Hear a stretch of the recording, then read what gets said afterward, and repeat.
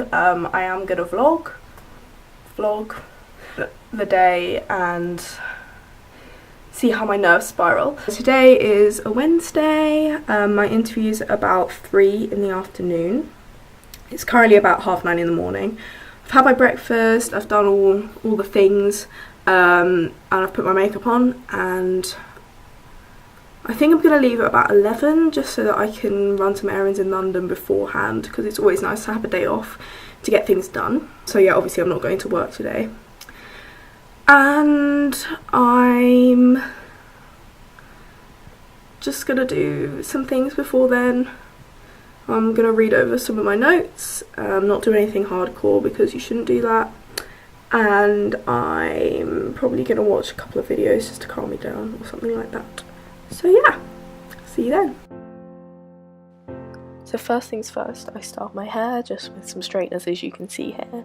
I went for a really simple neutral style for an interview, which is what you should do, so they don't get any really skewed impressions of you, even though it shouldn't make a difference, but I just wanted to be sure.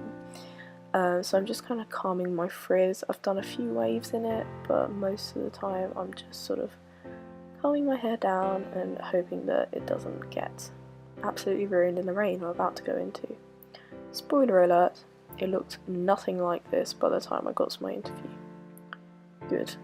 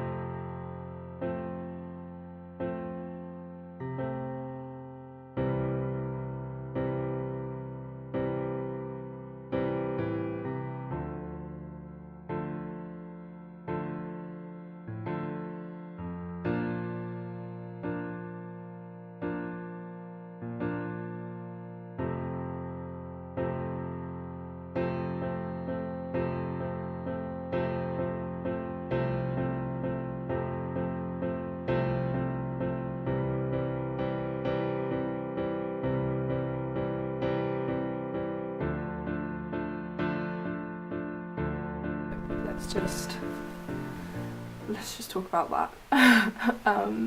So I'm back home now. I just had my UCL interview. It went okay, I think. I think okay is the word. I can't really tell. I think it went well, as in like they did push me and I was able to rise to the occasion, I think, hopefully. Like there were some answers I definitely didn't know, but that's kind of the point. But yeah, anyway, let me just tell you what happened. So firstly, I got lost. If anyone's ever been to the UCL main site, it is an absolute maze. Like, where the fuck is everything?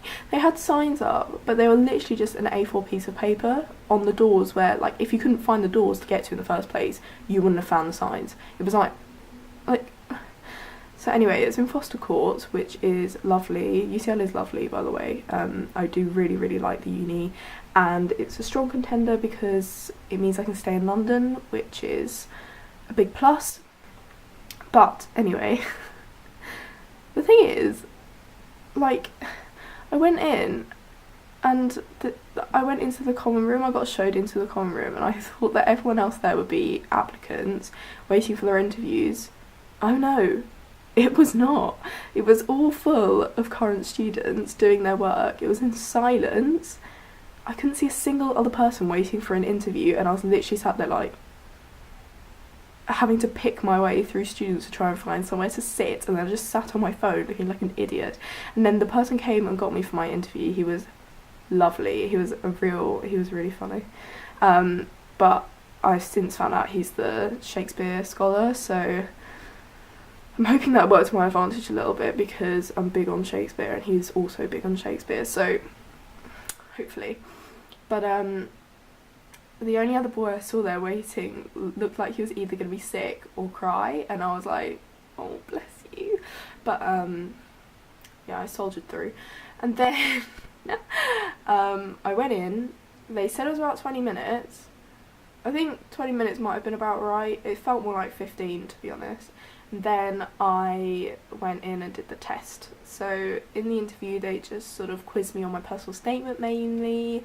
I'd said some pretty like big statements in my personal statement, which I knew I was going to get asked on. I'd already not prepared answers, but I knew how to back up what I said, and the evidence I would use and where I got it from.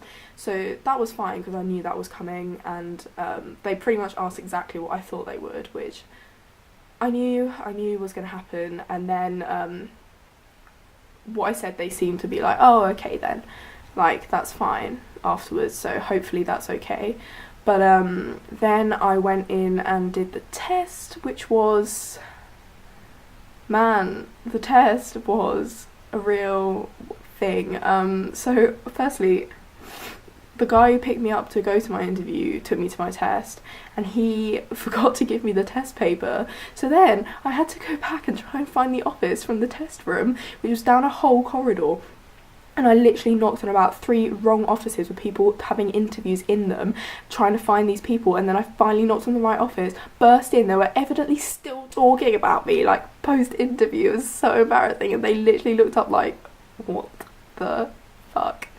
And then I was just like, oh my god, I'm so sorry, but I think that's the test paper in your hand. And he was like, oh. So bad. But I got it in the end, and it was fine. It was very similar to what I would have done in the ELAT. It's a bit easier than the ELAT because you don't have to incorporate the theme, and you don't have to compare 2 extracts. It's just one, and it was a very short poem as well because you only had about 30 minutes to write on it. It was like a 40-minute test, but obviously once you've read it and thought about what you could say, it's pretty much half an hour, maybe less. So that went okay. I think I've seen the poem before somewhere. I mean, not that I've like analysed it or anything like that, I didn't remember it, but it really did ring a bell. And I knew that it was Browning, so that's good, because I knew kind of what era it was from. I didn't know it was Browning, but I read it and I was like, it feels like him and it seems like the right sort of era, and it rings a bell anyway. So I kind of knew that. I didn't mention that obviously because it's an unseen, but it just kind of helped me with context and what he might actually be saying with some like the metaphors and stuff like that. But overall I think it was a pretty easy poem to give, to be honest, and I think a lot of the other people felt the same way. I didn't really see anyone puzzling over it. You can usually tell in an exam, but everyone else just sort of like got on writing straight away because there was quite obvious points to make about it. And I made all the obvious points, and then I made a few like far-reaching points, so hopefully that'll help. But in general, it was okay. And then I went home. I just got the train home. It was great. I forgot to vlog it completely, but I got my nails done, which is fun. Do you like them? I like them. I think they're quite cool. I went for a cool geometric type thing because you can't really do that yourself, and I wanted a little pre-interview treat, so I did that. So a good tip is to do something fun for an interview so that you're like looking forward to the day, because I was looking forward to the day to like get my nails done, and just like not really dreading it as much. But yeah, anyway, there's also a fantastic Waterstones opposite UCL, which was beautiful. It was amazing. I'm so annoyed I didn't film it, but if I'm back near there, I'll definitely get a few shots of it for you. That was my interview experience overall. It was okay, but hope you enjoyed this. If you have any interviews, good luck. You will be fine. And I think I'm doing an interview advice video, so keep your eye out for that. And yeah, don't stress out. Bye. Yeah, let's